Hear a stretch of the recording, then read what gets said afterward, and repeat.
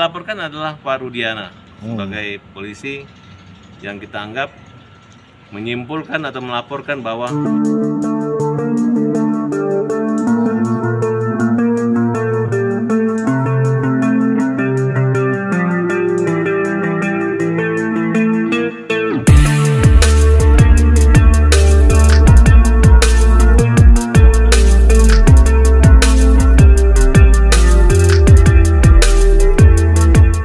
cuman membuat laporannya cuma pasal 338. Berarti sekarang yang ngelaporin siapa? Rudiana.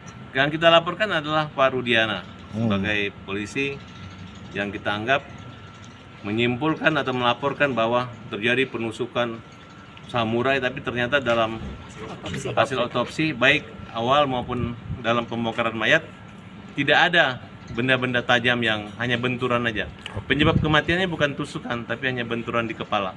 Jadi laporannya diterima atau lagi diproses ya, karena saya nggak tahu ya, mudah-mudahan Polres ini berkoordinasi dengan Barreskrim atau Polda. Tapi kalau mereka di sini, mereka merasa kasus kecil aja mereka tidak mampu menangani, apalagi memeriksa orang yang mungkin juga sebagai korban anaknya ataupun yang mulai melaporkan perkara ini. Berarti menganggap keterangan dari Rudiana itu rekayasa waktu itu, Bang? Ya, pengakuan yang disampaikan Rudiana bahwa seolah-olah dia udah langsung tahu bahwa yang membunuh itu 11 orang, kemudian yang mengakibatkan kematian adalah hasil tusukan samurai dan luka segala macam, tapi tidaknya berbeda dengan apa yang terjadi gitu.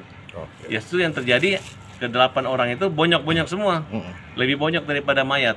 Okay. Harapannya dari laporan ini? Harapan kami agar ditindak, diproses, kemudian jika ada kesalahan diluruskan. Kita turut berduka cita atas wafatnya anaknya Pak Rudiana, si Eki. Tapi kita juga sangat sedih, Indonesia berduka jika proses penanganan itu dibiarkan seperti itu. Karena sekarang kaitannya Peggy Peron itu tetap membuat seolah-olah kejadian seperti itu tidak berubah. Gitu.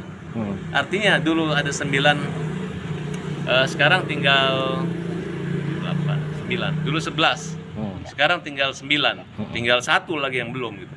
Menurut kami nggak berpikir dulu 11 jadi 9, kalau perlu sekarang mau berapapun ya, kalau memang itu merupakan satu rekayasa dan arahan penyidikan ketika didampingi atau dilaporkan oleh ayah korban.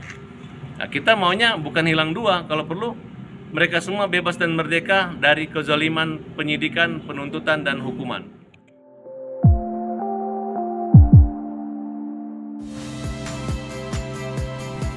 Saya Yasir Neneama. Saksikan program-program Kompas TV melalui siaran digital, pay TV, dan media streaming lainnya.